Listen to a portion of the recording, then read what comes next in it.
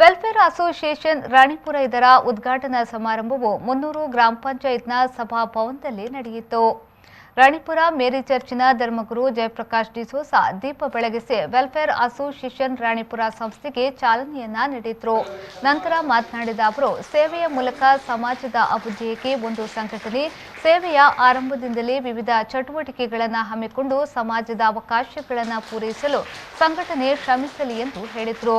ಸಮಾಜದ ಅಭ್ಯುದಯಕ್ಕಾಗಿ ಒಂದು ಹೊಸ ಸಂಘಟನೆ, ಈ ಸಂಘಟನೆಯನ್ನು ಆಯೋಜಿಸುವುದರ ಮೂಲಕ ಸಮಾಜ ಸೇವೆಗೆ ಒಂದು ಅವಕಾಶವನ್ನಿತ್ತ ಈ ಸಂಘದ ಎಲ್ಲ ಸದಸ್ಯರಿಗೆ ನಾನು ಅಭಿನಂದಿಸುತ್ತೇನೆ.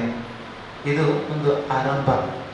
ಈ ಆರಂಭದ ಮೂಲಕ ವಿವಿಧ ಚಟುವಟಿಕೆಗಳನ್ನು ಹಮ್ಮಿಕೊಂಡು ಈ ನಮ್ಮ ಸಮಾಜದಲ್ಲಿ ವಿವಿಧ ರೀತಿಯಲ್ಲಿ ಬರುವ ಅವಕಾಶಗಳನ್ನು ಉಪಯೋಗಿಸಿ ನಮ್ಮ ಮತ್ತೆ ಸಕ್ರಿಯವಾಗಿದ್ದುಕೊಂಡು ಇರಲು ಈ ಸಂಘಟನೆಯು ಶ್ರಮವಹಿಸಲಿದೆ ಅಂತ ನಾನು ಭಾವಿಸುತ್ತೇನೆ.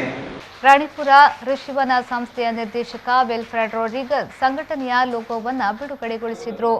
ರಾಣಿಪುರ ಕಾನ್ವೆಂಟ್ ಮುಖ್ಯಸ್ಥೆ ಸಿಸ್ಟರ್ ಮೀನಾ ಸಂಘಟನೆಯ ಸಾಮಾಜಿಕ ಜಾಲತಾಣಗಳನ್ನು ಅನಾವರಣಗೊಳಿಸಿದರು.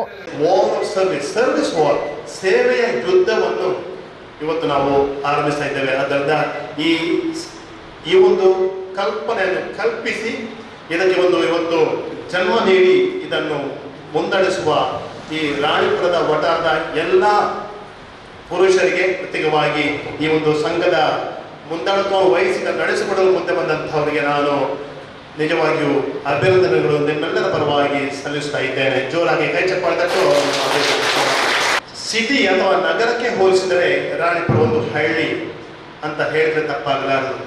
ನಾವೊಂದು ಹಳ್ಳಿಯಲ್ಲಿದ್ದೇವೆ, ಆದರೆ ಈ ಹಳ್ಳಿಯಲ್ಲಿರುವ ಜನರ ಮನಸ್ಸು ತುಂಬ ವಿಶಾಲವಾದದ್ದು. ನಾವು ಕಥೋಲಿಕರು ಅಂದರೆ ಇಂಗ್ಲಿಷಲ್ಲಿ ಕ್ಯಾಥಲಿಕ್ ಅಂದರೆ ಯೂನಿವರ್ಸಲ್, ಸಾರ್ವತ್ರಿಕ ಎಂದು ಅರ್ಥವಾಗುತ್ತದೆ. ಈ ಸಂದರ್ಭದಲ್ಲಿ ಕಿಡ್ನಿ ಶಸ್ತ್ರಚಿಕಿತ್ಸೆಗೆ ಒಳಪಟ್ಟಿರುವ ಸ್ವೀಟಿ ಮಿಲಿಟ್ವಾ ಡಿಸೋಸಾ ಇವರಿಗೆ 50,000 ರೂಪಾಯಿ ಸಹಾಯಧನವನ್ನು ಸಂಘಟನೆಯ ವತಿಯಿಂದ ಘೋಷಣೆ ಮಾಡಲಾಯಿತು. ಮುಖ್ಯ ಅತಿಥಿಗಳಾಗಿ 300 ಗ್ರಾಮ ಪಂಚಾಯತ್ನ ಅಧ್ಯಕ್ಷ ವಿಲ್ಫ್ರೆಡ್ ಡಿಸೋಸಾ, ಮಂಗಳೂರು ವಿಧಾನಸಭಾ ಕ್ಷೇತ್ರದ ಕಾಂಗ್ರೆಸ್ ಅಲ್ಪಸಂಖ್ಯಾತ ಘಟಕದ ಅಧ್ಯಕ್ಷ ಅಲ್ವಿನ್ ಡಿಸೋಸಾ, ಫೆಲಿಕ್ಸ್ ಮೊಂತೀರು, ಸಂಸ್ಥೆಯ ಅಧ್ಯಕ್ಷ ಜೋಸೆಫ್ ಹವ್ಲಾ, ಜೀವನ್ ಫೆರಾಬೋ, ಸಂಘಟನೆಯ ಉಪಾಧ್ಯಕ್ಷ ಎರಾಲ್ಡ್ ಗ್ಲೋಪೋ, ಕಾರ್ಯದರ್ಶಿ ರೊನಾಲ್ಡ್ ಕುವಿಲೋ ಮೊದಲಾದವರು ಉಪಸ್ಥಿತರಿದ್ದರು.